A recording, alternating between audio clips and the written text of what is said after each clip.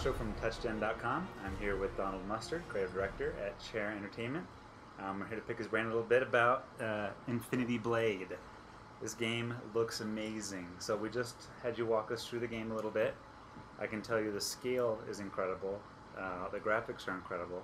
How did you get it to look so good? Well, I mean, it's all Unreal Engine 3. We are fortunate to be a subsidiary of Epic Games. They make games such as Gears of War and Bulletstorm that's coming out pretty soon. The Unreal games, even some of our recently released games like Shadow Complex. I mean, this is the engine that powers many of the amazing games that you play on your console today. Everything from Mass Effect 2 to Batman Arkham Asylum to the most recent Medal of Honor and hundreds of other titles. And the really smart people on the engine team at Epic have found a way to cram the Unreal Engine 3 into mobile devices, and we were lucky enough to be Epic asked us a few months ago if we want to be the kind of the launch title for the technology on the device, and we jumped at the chance.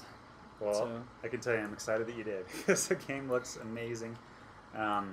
I want to know how, when you were presented with the opportunity, how did you come up with the vision for the game? What brought this? What made Infinity Blade what it is now? Yeah, so I mean, it probably really started a few years. So we're always kicking around ideas at chAIR.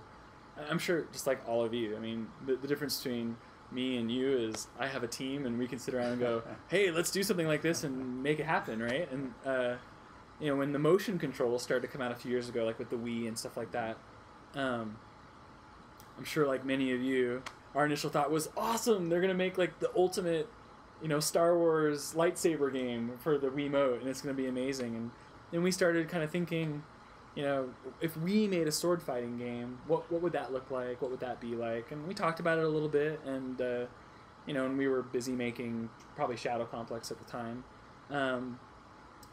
But again, when we finish every game, we kind of talk about different things, and when we finished Shadow Complex, it was the Kinect that everyone was talking about, and we thought, well, what would a sword fighting game look like on Kinect? And we talked about that a little bit, and again went back to working on other stuff. But when about 4 months ago, we started really thinking about what would be a unique touch device game, we thought, oh my goodness, this would be perfect. This would be the perfect device for something that was a more accurate sword fighting game.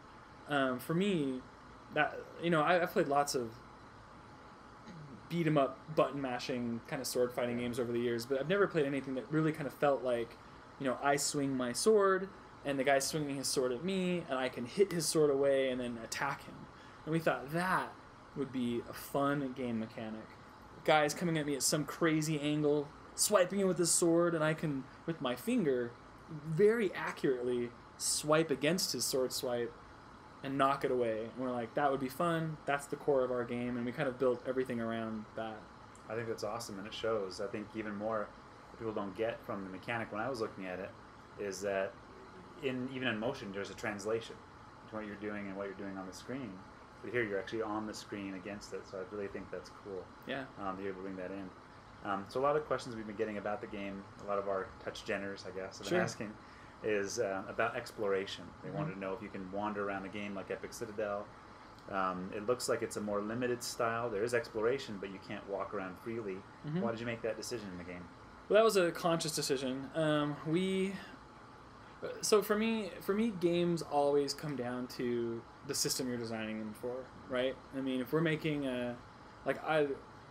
I've loved video games since the second I picked up my Atari 2600 controller, right? And I loved that controller, and I love my Xbox 360 controller. I think it's one of the most beautiful controllers ever designed, and when we made Shadow Complex, we made sure to design the control scheme in a way that that utilized the input device in a way that was custom for it. And when we decided to make a game for the iOS devices, I wanted a control scheme that was unique and custom to a touch screen. I'm not a huge fan of games that try to shoehorn in old design methodologies, or a joystick where there is no joystick. And so this is something that we're exploring. We came up with this more cinematic exploration, and we think it works really well for the game.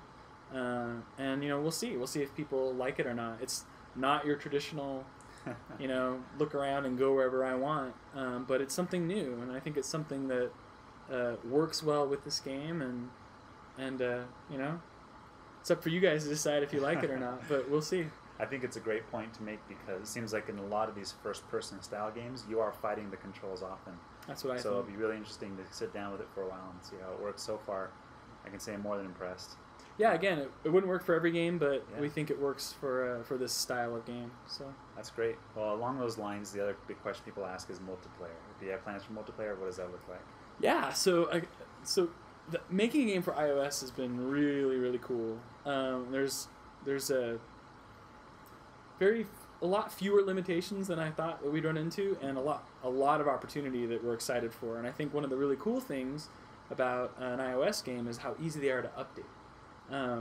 It's hard on a console game if you want to just throw in new weapons or new something. It's a huge process, and it's not easy to do. Whereas with, right now we're pretty much wrapping up Infinity Blade, but we already have a bunch of stuff in the works for free updates soon. We've got a lot more enemies and weapons and shields and loot to find in the world. We've got new sections of the castle that we're building that you'll be able to explore and fight guys in, and we're working on multiplayer. So multiplayer is something we're working on, and is coming soon. That is awesome. So just for us playing the game, the game's coming out soon. Do you want to let us know when it's coming out? What you're going to price it at? We will be announcing that very shortly. Excellent. We'll stay tuned to the site. We'll get that to you as soon as it's announced. As far as tips, secrets, anything you want to tell us to help us in the game? Should I put everything in strength? No, agility? That's actually a good point. No, I mean that's kind of a I tend not to be that player. I tend to be the more balanced approach, but I know there's a lot of games where if you just pump your damage stats, you're going to be fine. That's a good tip. Don't pump your damage stats, or you'll end up, several hours into the game, you're going to be getting owned by everybody because even though you'll be doing lots of damage, they'll be breaking through your shields and you'll be screwed. So I'm not saying you can't, favor a certain area or the other, but I think a more balanced approach is a good idea. Okay. I also think that the key strategy to the game is you got to learn how to parry. Parrying is everything. I mean, this really is, even though there's a lot of RPG elements, and getting better swords and better shields and better stats will make you stronger, this is still very much a game of skill.